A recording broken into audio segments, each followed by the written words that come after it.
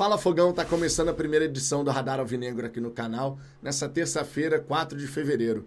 Com o encerramento das principais janelas do futebol europeu, Portugal, Espanha, França, Itália, Alemanha, Inglaterra, você passa a entrar numa nova etapa da janela aqui do Brasil, pensando, claro, no Botafogo.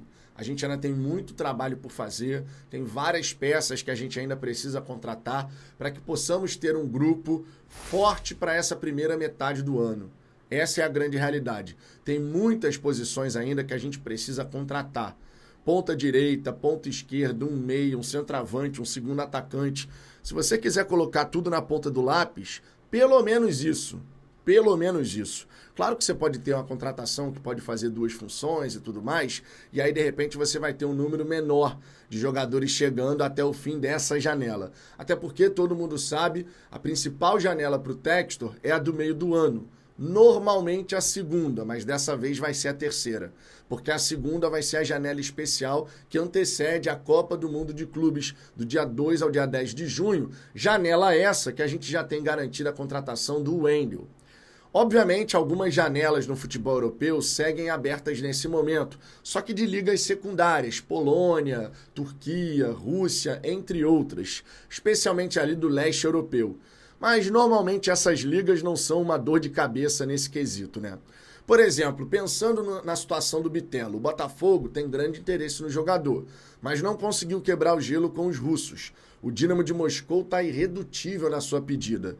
Porém, com as principais janelas europeias já encerradas e nenhuma proposta tendo chegado para eles, o que é melhor fazer? Manter um atleta treinando em separado o restante da temporada ou acabar chegando no denominador comum com o Glorioso? São 18 milhões de euros, afinal de contas. Em relação ao atleta, que já deixou bem claro, não quer permanecer, quer retornar ao Brasil por conta dos conflitos entre Rússia e Ucrânia. A gente também tem a situação do Juan Cruz, atleta do Ludogorets, da Bulgária, que, segundo o GE, é esperado nessa semana no Rio de Janeiro para poder passar por bateria de exames, estando tudo ok, vai assinar contrato por 4 temporadas, com 100% dos seus direitos econômicos sendo adquiridos pelo Glorioso. Mas dá para parar aí? Obviamente que não. A resposta está na frente de todo mundo. O Botafogo, conforme eu disse, tem muito trabalho ainda e apenas 24 dias até o encerramento da janela. O Textor, em outras oportunidades, ele já havia dito que, eventualmente, esperar o encerramento da janela europeia é uma estratégia interessante. Por quê? Porque jogadores que tinham a expectativa de caminhar rumo ao futebol europeu acabam vendo essa janela de oportunidade se fechar. E aí outros mercados acabam se tornando mais atraentes, o que pode acontecer com o mercado brasileiro. O Cuti Hernandes, um atleta que a gente estava interessado, nesse último instante da janela, fechou negócio com o Betis. 16 milhões de dólares que o Columbus Crew vai receber. E a equipe espanhola assegurando a contratação do colombiano, que estava mandando bem pra caramba na MLS.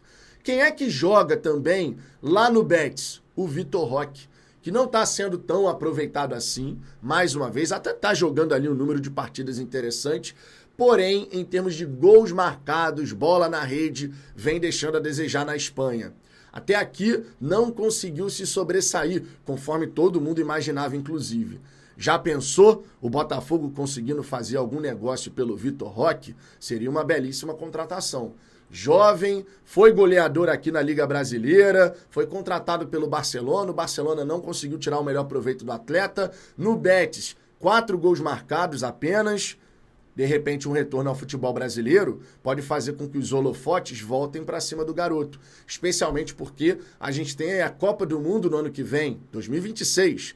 E o Vitor Roque, pelo que ele vinha jogando no Brasil, ele poderia ser considerado. Só que nesse momento, zero possibilidade.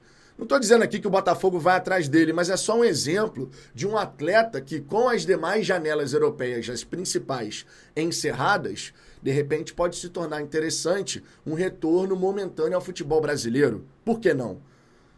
Vamos ver o que o Botafogo vai fazer em relação a essas posições. Mas fato é, a gente precisa começar a acelerar esse processo. Afinal de contas, 24 dias parece que é muito tempo, só que não. quando a gente fala de grandes jogadores que têm talento, que os clubes não querem, assim, não fazem questão de se desfazer e tudo mais, você, obviamente, enfrenta alguma barreira.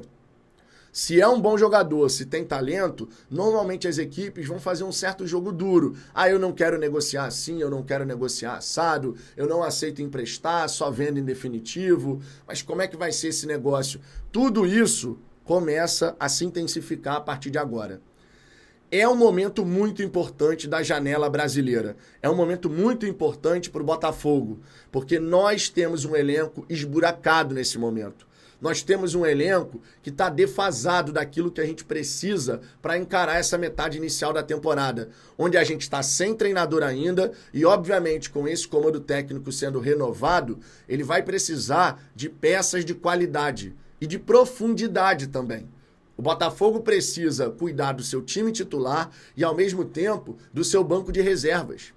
Na final contra o Flamengo, na Supercopa, era muito evidente que a gente tinha um problema no setor ofensivo. Quando você olhava para o nosso banco de reservas, você não tinha alternativas. O Lobato, ele pode ter potencial, mas você não pode jogar ainda a responsabilidade no colo do garoto, porque não está pronto.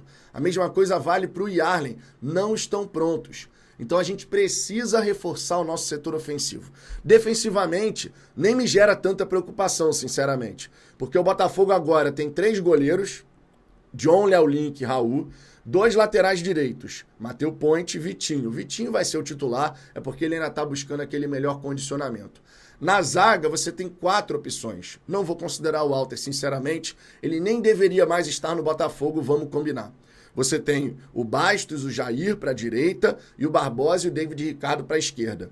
Na lateral, você vai ter Alex Telles e Cuiabano. Então, goleiro e linha de zaga, eu estou sossegado, estou tranquilo para esse primeiro momento da temporada. Mais adiante, você pode ter mudanças e tudo mais, novas contratações, mas para agora, tranquilo. Na volância, você também tem muitas alternativas. Você vai ter o Gregory, o Alan, o Danilo Barbosa, o Marlon. Você pode considerar o Newton, que vai permanecer. Também tem a situação do Patrick de Paula, que acabou fazendo gol contra o Flamengo, o Cauê. Mais adiante na temporada, você sabe, vai chegar o Wendel. Então, para a volância, eu tenho zero preocupação. Zero, de verdade.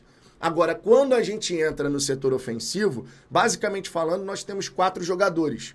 Porque eu não vou ficar contando aqui com o Jefinho. O jogador tem que provar que a gente pode contar com ele. Por hora, não entra na minha contagem. Tá no elenco, mas a gente não sabe se de fato vai poder jogar, quando vai voltar. Tem muita coisa aí esquisita, um grande ponto de interrogação nessa história. Já falei aqui. O Jefinho virou uma verdadeira caixa preta dentro do Botafogo. Ninguém sabe tudo o que está acontecendo. Recentemente, por conta do retorno da equipe principal, é que você teve o Botafogo falando que ele teve um novo problema físico. Mas por que não foi falado antes? Por que deixou gerar todo um disse-me-disse? Sabe? Não tinha necessidade. A realidade é que não tinha necessidade. Poderia ter feito controle de narrativa muito antes, para não ficar nessa, o Jefinho não sei o quê, o Jefinho isso, o Jefinho aquilo, porque você deixa que cada um chegue à sua devida conclusão. Então, quando a gente fala de setor ofensivo, Arthur, Matheus Martins, Savarino e Igor Jesus, bons jogadores. Mas quando você olha as alternativas, só meninos, só garotos. É o Matheus Nascimento, para de repente ser um reserva do Igor Jesus. É o Lobato para ser um reserva ali do Arthur. É o Yarlen para ser um reserva do Matheus Martins. Não dá para ser assim. Definitivamente não dá para ser assim. E a diretoria do Botafogo está ciente disso. Mas a gente precisa apertar o passo. Porque 24 dias não é muito tempo quando se trata de grandes negociações. Vê o tempo que a gente está tentando a contratação do Bitelo. Olha o tanto de tempo, olha a quantidade de semanas que já se passaram a gente tentando a contratação do jogador. Nem todo negócio envolvendo altas cifras vai ser, estalou o dedo, tá resolvido, porque afinal de contas a gente vai pagar uma bela grana. Nem sempre é assim.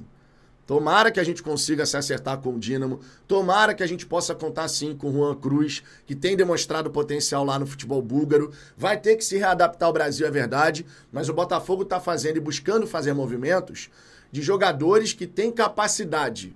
E a gente vai torcer muito para que todos eles possam se encaixar no nosso time. Mas a gente precisa acelerar. Precisa acelerar a questão dos reforços e eu não preciso nem dizer aqui em relação a treinador. Vamos ver.